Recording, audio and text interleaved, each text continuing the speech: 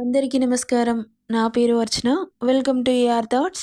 ఈరోజు కథ శాడిస్ట్ ప్రేమ. ఇప్పుడు వీడికి అర్థమైతే మాత్రం డెఫినెట్‌గా నాకు పిండం పెడతాడు అని టెన్షన్‌గా ఉన్న మహిని చూసి, నా చూపు దాటి ఎక్కడికి వెళ్ళలేవు మహి. నా నుండి దూరం వెళ్ళాలని చూడకు. వృధా ప్రయాసే అవుతుంది. హమ్మయ్య! వీడికి నేను మాట్లాడుకున్న మాటలు వినిపించలేదు అని ఊపిరి పీల్చుకొని మళ్ళీ నార్మల్‌గా నవ్వుతూ మీ మీద ఫీలింగ్స్ వచ్చేలా చేసుకుంటాను, మారుతాను అనింది.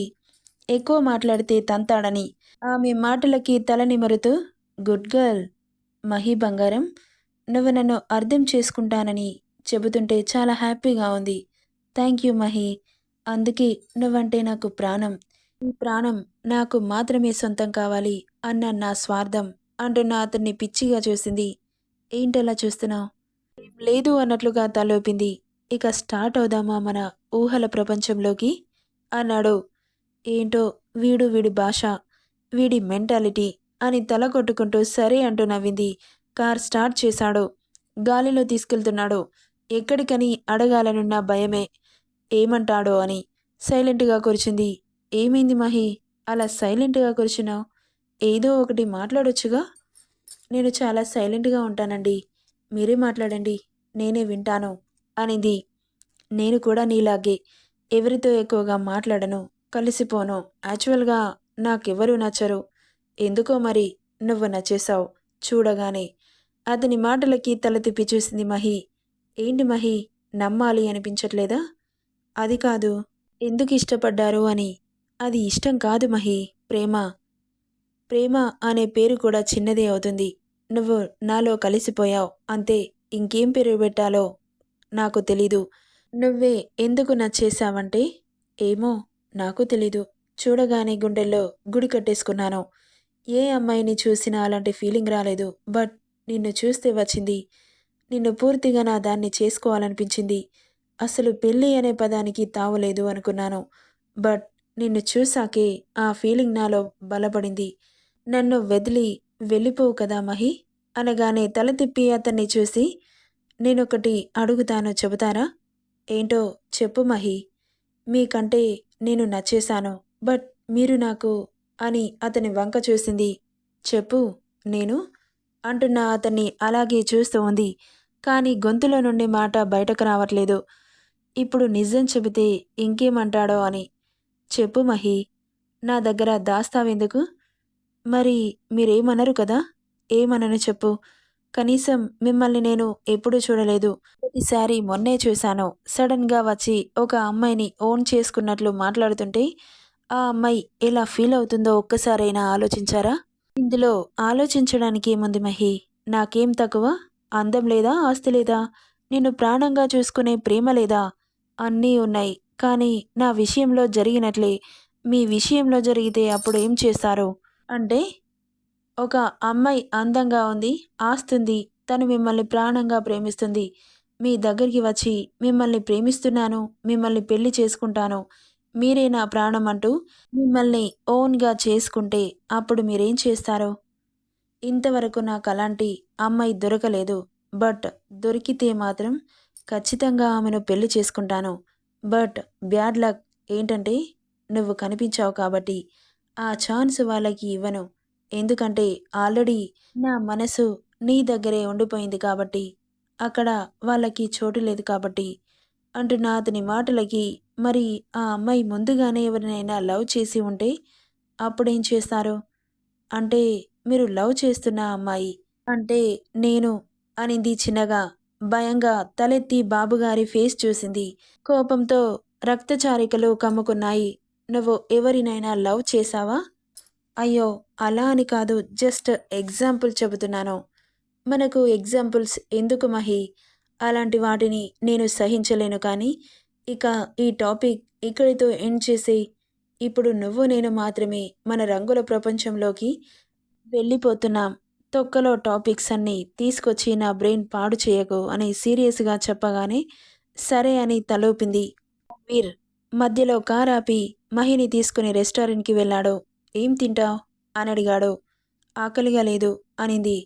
ఆమెను షార్ప్‌గా చూసి అతనికిష్టమైనవి ఆర్డర్ ఇచ్చాడు. ఆర్డర్ చేసిన ఫుడ్ రావడంతో మహికి వడ్డించి అతను సర్వ్ చేసుకున్నాడు. కానీ మహి ప్లేట్లో వేలు పెట్టి తినకుండా ఏదో గీస్తూ ఉంది. చూస్తున్న రణ్వీర్ తన ప్లేట్లో ఉన్న ఫుడ్ని తీసి ఆమె నోటికి అందించాడు. తలెత్తి అతన్ని చూసింది. తిను అన్నాడు. ఆకలిగా లేదు అనింది.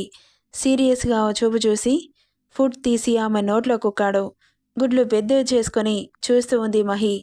ఆమె ఎలా చూసినా అతనికి ఏం ఫరక్ లేదు కాబట్టి ఫుడ్ తినిపించి అదే చేతితో తను తిన్నాడు. ఇక ఇద్దరూ తినేసి అక్కడి నుండి స్టార్ట్ అయ్యారు. మనం ఎక్కడికెళ్తున్నాం అని అడిగింది. తల తిప్పి ఆమెను చూసి చిన్నగా స్మైల్ ఇచ్చి డ్రైవింగ్ మీద కాన్సన్ట్రేట్ చేశాడు.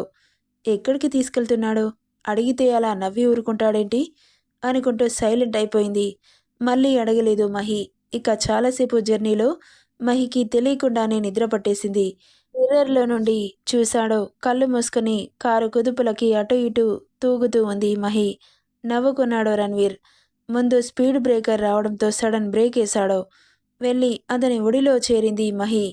టక్కున మెలకు వచ్చి కళ్ళు తెరిచి చూసింది. సారీ మహి, పడుకో అంటూ ఆమెను హత్తుకొని భుజం తట్టాడు. అంత దగ్గరగా ఉన్న రణ్వీర్ని చూస్తుంటే టెన్షన్తో చెమటలు పట్టేశాయి. రణ్వీర్ చూపులు మాత్రం అలాగే సూటిగా చూస్తున్నాయి. అతని చూపులకి హార్ట్ బీట్ పెరిగిపోతుంటే అతని గుండెలపై చేయి పెట్టి నెట్టి తన సీట్లో కూర్చుంది. ఆమె అలా కూర్చోగానే కోపంగా ఆమె వంక చూస్తూ ఆమె సీట్ని వెనక్కి బెండ్ చేసి ఆమె మీదకి ఒరిగాడు. గుడ్లప్పగించి చూస్తూ ఉంది మహి. ఆమె కళ్ళలోకి సూటిగా చూస్తూ ఆమె బుగ్గలు గట్టిగా పట్టుకొని ముందుకు వచ్చిన పెదాలని అందుకున్నాడు. సడన్గా జరిగిన చర్యకి గుడ్లు పెద్దవి చేసి చూస్తూ ఉంది మహి.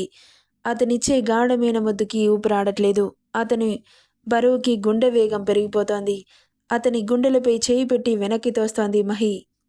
ఆమె అలా అతన్ని దూరం నెడుతుంటే కోపం ఇంకా పెరిగిపోయింది. ఆమె పెదాలని పచ్చడి చేసి వదిలాడు.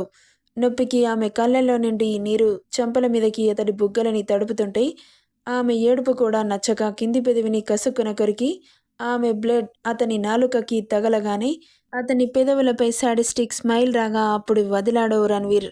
తలెత్తి ఆమెను చూసిన తను ఎదురుగా ఏడుస్తూ కనిపించింది. అసహనంగా ఈ నీళ్లు ఇంకోసారి కనిపించాయనుకో జీవితాంతం కన్నీళ్ళు అనే పదానికి చోటు లేకుండా చేస్తాను. అర్థం కానట్లు అయోమయంగా చూసింది మహి. ఏంటి అర్థం కాలేదా? ఇందులో అర్థం కాకపోవడానికి ఏముంది? మహి నీ కన్నీటిని చూసి ప్రతిసారి నాలోని ఇంకో యాంగిల్ బయటకొస్తోంది. అప్పుడు నాలోని రాక్షసుడు కూడా బయటకొస్తాడు. ఆ సిచ్యువేషన్లో నేనేం చేస్తున్నానో కూడా నాకు తెలియకుండా జరిగిపోతుంది. ఇంతకంటే నేనేం ఎక్స్ప్లెయిన్ చేయలేను అంటూ ఆమె కన్నీటిని నాలుకతో తుడిచి ఇంకోసారి ఈ కన్నీళ్లు నాకు కనిపించకూడదు. నాకు దూరంగా వెళ్ళిపోవాలి అని కూడా ట్రై చేయకు. ఇంచు దూరం కూడా నేను భరించలేను. నిన్ను దాటనివ్వలేను. అర్థమవుతుందా? ఇప్పుడు కంఫర్ట్ లేదని నీ సీట్లో కూర్చొని ఉండొచ్చు. అలా కాక నాతో ఉండడం, ఆ స్పర్శ తగలడం ఇష్టం లేక దూరంగా వెళ్తే మాత్రం నిన్ను చంపేసి నీ శవంతో కూడా కాపురం చేసే రాక్షసుడు. నేను నాకేదైనా దక్కాలి అంటే మాత్రం అది నాకే దక్కాలి. వేరే ఎవరికైనా దక్కితే దక్కించుకున్న వాళ్ళని నిన్ను ఇద్దరిని చంపేస్తా. చూడ్డానికి స్మార్ట్గా ఉన్నాడు. వీడేం చేస్తాడులే అనుకుంటున్నావేమో. ఎంత ప్రేమ ఉంటుందో నాకు నచ్చంది చేస్తే అంత రాక్షసత్వం కూడా బయటకొస్తుంది. అది గుర్తుపెట్టుకో ముందు అని ఆమె ఫేస్లో ఫేస్ పెట్టి మాట్లాడుతున్న అతని మాటలకి అతడి శ్వాసకి చిగురుటాకులా వణికిపోతోంది మహి. ఆమె భయాన్ని చూస్తున్నారని కళ్ళల్లో ఆనందం. ఏంటి భయమేస్తోందా? నేనంటే ప్రేమ ఉండాలి, భయం కాదు. నన్ను దాటి నిన్ను కనీసం చూడను కూడా చూడలేరు అంటూ ఆమె లిప్స్ నుండి మొదలుపెట్టిన లిక్కింగ్ బుగ్గల మీద ఆమె ఫేస్ మొత్తం లిక్ చేసి ఇంత టేస్టీగా ఉంటే చాలా కష్టం తెలుసా అన్నాడు. అతను అలా లిక్ చేస్తున్నప్పుడే ఆమెకు ఎలాగో అనిపించి కళ్ళు గట్టిగా మూసేసింది భయంతో. ఏయ్ అలా చూడాలి. నన్ను చూస్తున్నప్పుడు నీ కళ్ళు కనీసం బ్లింక్ కూడా అవ్వకూడదు. నిన్ను నీ బాడీని తినేయాలనుంది. చాలా స్వీట్‌గా చూడ్డానికి స్వీట్ కోవాలా కనిపిస్తున్నావు. అంత టెంప్టింగ్ స్వీట్ ఎదురుగా పెట్టుకొని తినకుండా ఎలా ఉండమంటావు మహి? అంటూ బుగ్గ కొరికాడు. అతని పళ్ళ అచ్చులు చెంపపై పడి తెల్ల చర్మం కాస్త ఎర్రగా మారిపోయింది.